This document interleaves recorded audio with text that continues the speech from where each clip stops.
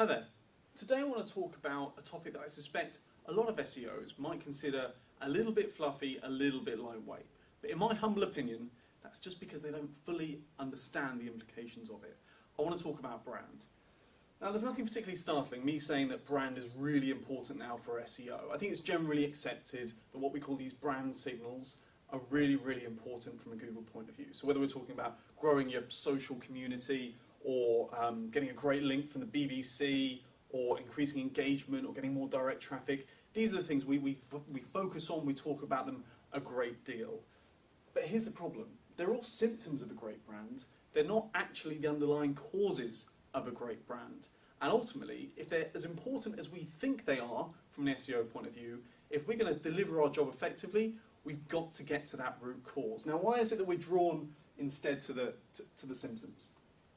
Well, I think the reason is that over the years, SEO has always been primarily about numbers. So whether we're talking about the number of links pointing into a website, whether we're talking about the anchor text ratio or the keyword density on a landing page or the number of characters in a title tag, everything has been neatly quantifiable. And likewise, the outcome of that work. So whether it's the rankings or the traffic, again, we can package everything up neatly to the customer and say, here's exactly what we did in numerical terms, and here's exactly what came of it, again, in numerical terms. You never have to invest speculatively in marketing ever again.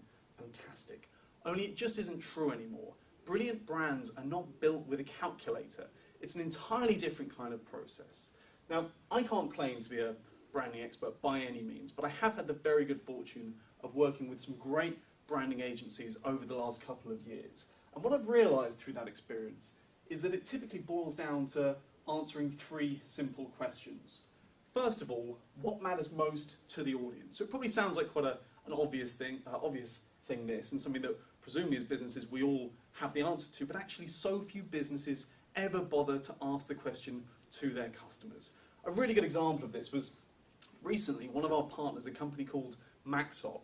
They held an event where they brought together about 70 or 80 accountants and lawyers, and then they asked them to rank in order what they consider to be the most important factors from a customer's point of view when selecting their professional services provider. They then asked 6 mega successful serial entrepreneurs, like mega successful, the same question but from their perspective. They said, right, when you're choosing your accountant or your lawyer, which of these factors do you consider to be the most important?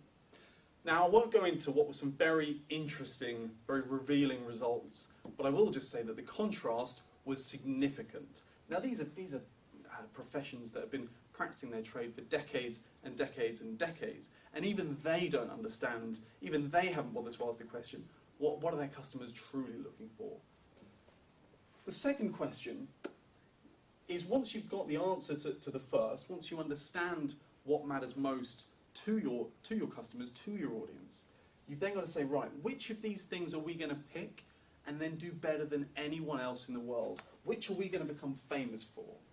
Now, recently, I had the very good fortune of spending a strategy session with Mike Harris, the founder of First Direct, Egg, and Mercury Communications, all billion-dollar-plus companies and all iconic brands. And I asked him the question, I said, what was it about these brands that made them so powerful? And he said, it's actually very simple. Brands are not built by doing lots of things quite well. They're built by doing one thing spectacularly. So that's what we did. So for example, at First Direct, we developed the mantra, heroic customer service, and everything that we did was aligned with that. And 20 years on, to this day, First Direct continues to be the most frequently recommended bank in the UK.